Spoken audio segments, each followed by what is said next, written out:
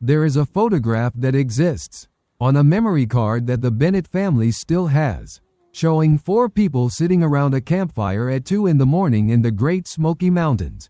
And the question no one in that family has ever been able to answer is why the photo shows 4, when 3 of them can prove, independently and without contradiction, that only 3 people were awake and outside that tent that night.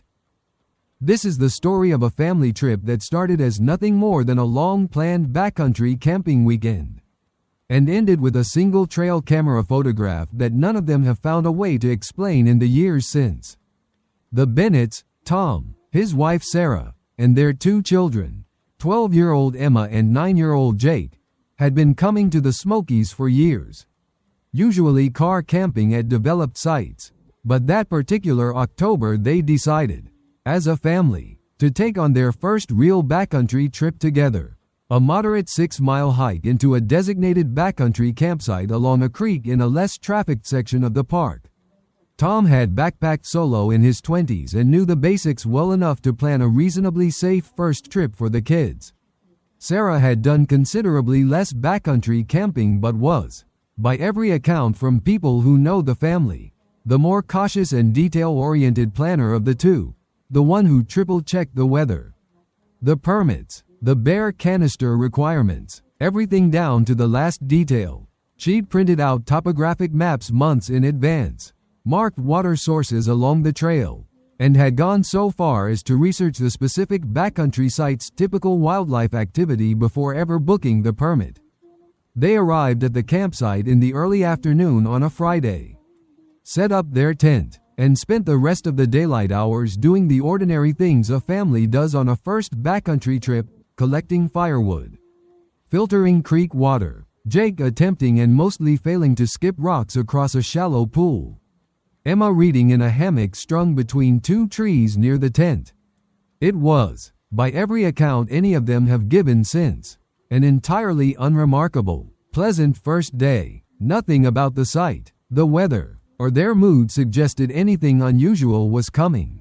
Sarah has described the afternoon, specifically, as one of the more relaxed stretches of family time they'd had in months, free of the usual distractions of school schedules and phone notifications that dominated their normal routine at home.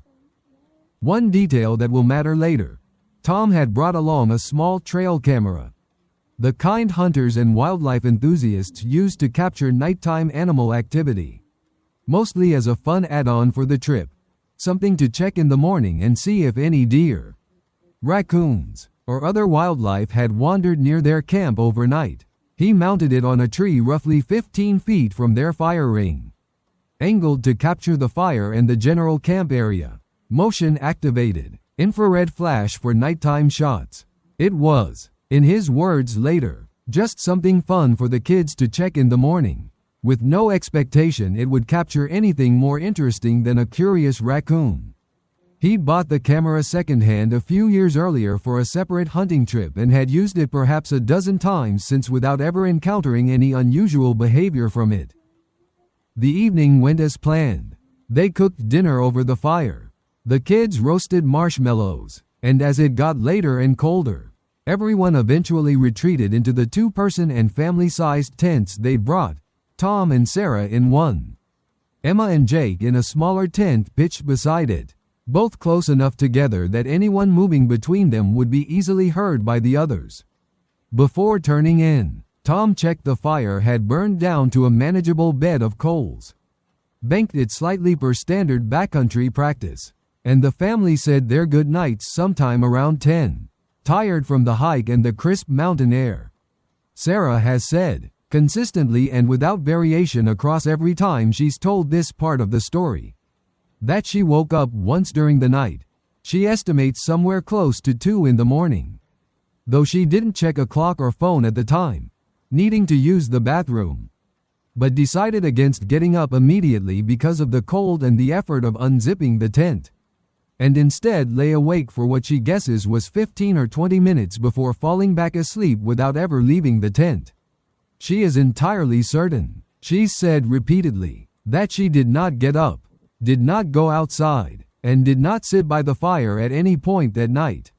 She's described In later conversations, the specific sensory details she remembers from lying there, the cold air pressing against the tent fabric, the sound of the creek nearby, the particular way her sleeping bag had bunched at her feet, details she says have stuck with her precisely because she was lying awake, alert, for that stretch of time. Tom, sleeping beside her, corroborates this. He says he woke briefly at one point when she shifted position in the tent, confirmed she was still there beside him, and fell back asleep himself shortly after. Emma and Jake, in the adjacent tent, both independently describe an uneventful night with no memory of waking up at all until morning, no unusual sounds, no sense of anyone moving around camp, nothing that stood out to either of them at the time. Emma has since said that this is part of what makes the story harder for her to process emotionally, that whatever happened close enough to her and her brother that, in theory, either of them could have been the one to wake up and witness it directly. And neither did. The next morning, the family woke, made breakfast, and Jake, excited about the trail camera, ran to retrieve the memory card before they broke camp. They plugged it into the small camera's playback screen right there at the site, expecting the usual sequence of raccoons or maybe a deer passing through. Instead, among a handful of unremarkable wildlife photos from earlier in the evening, one raccoon around 9 p.m. Nothing else notable. There was a single photograph timestamped 2:14 a.m. showing their fire ring, still glowing with visible embers, and 4 human figures seated around it in roughly the same folding chair arrangement the family had used the evening before. The photo is not perfectly clear. Trail camera infrared night photography rarely is, especially at that distance, producing a grainy, high-contrast black and white image with limited detail on faces, but the 4 seated shapes are unmistakably human, unmistakably arranged in chairs, in positions roughly corresponding to where Tom, Sarah, Emma, and Jake had each sat the previous evening. This is the detail that makes the photograph impossible to simply wave away as some trick of light or an odd tree shadow. The family knows, with as much certainty as any of them have about anything, that only 3 sets of footprints worth of family members could plausibly have been outside that tent at 2:14 a.m. Sarah has said clearly she never left the tent, which would mean, if the photo is accurate, that either someone else entirely was sitting in her usual chair, or that her own account of never leaving the tent that night is somehow wrong in a way she cannot explain and has never been able to reconcile. Tom's read of the photo, which he's described multiple times since, is that the 4 figures do appear to be seated in exactly the positions the family occupied around the fire the previous evening, his own chair on one side, Sarah's beside him, the kids' 2 smaller chairs across from them, which is itself strange, because if it were simply an unrelated hiker or stranger who'd wandered into their camp in the middle of the night, there'd be no obvious reason for that person to have arranged themselves in precisely Sarah's usual seat rather than, say, standing or sitting somewhere else entirely around the fire ring. Tom has also pointed out that no unfamiliar footprints or disturbed ground were found near the fire ring the next morning, though he readily acknowledges that the ground around a well-used fire pit, already trampled by 4 family members over the course of an afternoon and evening, wasn't in any condition to yield clear, reliable tracking information even under ideal circumstances. Jake, when first shown the photo that morning at 9 years old, reportedly said something that has stuck with the family in the years since. He pointed at the 4th figure, the one in what would have been his mother's chair, and said, with the simple bluntness kids sometimes bring to unsettling situations, "That doesn't look like mom's hair." Sarah, in the photograph, has shoulder-length hair. The seated figure in her chair, as best as can be made out in the grainy infrared image, appears to have hair that reads as somewhat shorter or differently shaped. Though everyone involved acknowledges the image quality makes any detailed comparison genuinely difficult to trust with full confidence. The family broke camp early that day, several hours ahead of their original plan, and hiked out without incident. They didn't report the photo to any park ranger or official at the time. Partly because they weren't entirely sure what they'd even be reporting. Nothing had been stolen. No one had been harmed. And the photo itself, while deeply unsettling to look at, didn't describe any clear incident a ranger could meaningfully investigate. Tom has said, looking back, that part of the hesitation was also a simple desire to get everyone off the trail and back to the car without dwelling further on something none of them could explain in the moment. It was roughly 2 weeks later, after the family had shown the photo to a few close friends and started discussing it more seriously among themselves, that Tom reached out informally to a ranger he'd met years earlier during a previous, unrelated trip, someone he'd stayed loosely in contact with.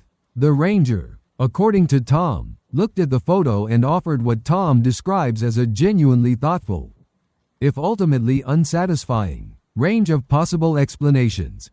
Everything from a simple case of unrelated backpackers using their fire ring after the family had gone to sleep, unlikely as that seemed given the specific chair arrangement, to a more technical possibility involving trail camera glitches or double exposure artifacts that can occasionally occur with cheaper motion-activated units, particularly in cold, humid nighttime conditions. That second explanation is the one skeptics of the story tend to favor most heavily. And it's worth taking seriously on its own terms. Budget trail cameras, especially older or lower-end models, are documented to occasionally produce corrupted or blended frames under certain conditions, sensor glitches during the transition between motion-triggered captures, condensation on the lens interacting strangely with the infrared flash, or in rare cases, a kind of unintentional double exposure if the camera's internal processing briefly overlaps two separate trigger events into a single saved file. A technical malfunction of this kind, however unusual, would require no supernatural or even fully mysterious explanation, simply a camera behaving oddly under specific environmental conditions, producing an image that looks more coherent and intentional than it actually is. The ranger reportedly mentioned having seen a handful of similarly odd trail camera images over his career. None involving people, mostly overlapping animal shapes that looked, at first glance, stranger than they turned out to be once examined more closely. Sarah herself, when asked directly, says she genuinely doesn't know what she believes happened, and has never claimed certainty about the photo's meaning. What she maintains, without wavering, is the much narrower and more personally verifiable claim that she did not get up from the tent that night. A claim she's in a position to know better than anyone else involved in the story. Regardless of what ultimately explains the photograph itself, she said she finds it almost easier to hold two separate, unresolved facts side by side. The photo exists, and she didn't leave the tent, than to force herself toward any single conclusion that would require dismissing one or the other. The technical malfunction explanation, while plausible, doesn't fully satisfy everyone who's examined the photo closely, including a few amateur photography enthusiasts among the family's friend group who've looked at the raw file. They point out that the four figures, however grainy, appear consistently proportioned and positioned relative to each other and to the fire ring, not obviously overlapping, blurred, or doubled in the way a corrupted double exposure artifact typically produces, which usually creates visible ghosting or misalignment between the overlapping elements rather than four cleanly separated, individually coherent shapes. One friend, who works professionally in photo editing, has said informally that if he were shown the file without any context, his first instinct wouldn't be to flag it as an obvious technical artifact, though he's been careful to note that this is a casual impression rather than any kind of formal forensic conclusion. Whether that observation holds up under more rigorous technical analysis is something the family has never pursued formally. No professional image forensics have ever been conducted on the file, and the family, understandably, has been somewhat reluctant to send their personal photo out to strangers online for detailed public scrutiny, preferring instead to keep the discussion largely within their own circle of friends and the handful of people they've told the story to directly over the years. Tom has said he's considered more than once, submitting the file to a more formal analysis, but has ultimately held back, partly out of a genuine uncertainty about what he'd actually do with a conclusive answer either way. Emma, now a teenager, has said that what unsettles her most isn't necessarily the photo itself but the asymmetry of it, that 3 of the 4 people in her family can each independently, confidently account for their own whereabouts at 2:14 a.m. that morning. And yet the photograph insists a 4th figure occupied the 4th chair regardless. She's said, more than once, that she doesn't need to believe in anything supernatural to find that detail difficult to sit with, that the math of the situation alone, 3 accounted for people and 4 seated figures, is unsettling enough on its own terms, independent of any theory about what the 4th figure actually was. She's also said that she sometimes catches herself, during ordinary family moments around a fire pit or campsite unconsciously counting the number of people present, a small habit she's only recently started to notice in herself. The family has returned to the Smokies several times since, though notably not to that same specific backcountry site. Tom says this isn't out of any deliberate avoidance so much as simple chance. They've explored other trails and sites on subsequent trips, and the timing has never quite worked out to return to that particular spot. Though he acknowledges, when pressed, that there's likely some genuine reluctance mixed in with the practical scheduling reasons. Sarah, more directly, has admitted she's in no particular hurry to test whether a second trip to that exact site would produce anything unusual, and would rather the question remain simply unanswered than risk finding out one way or another. They still have the trail camera.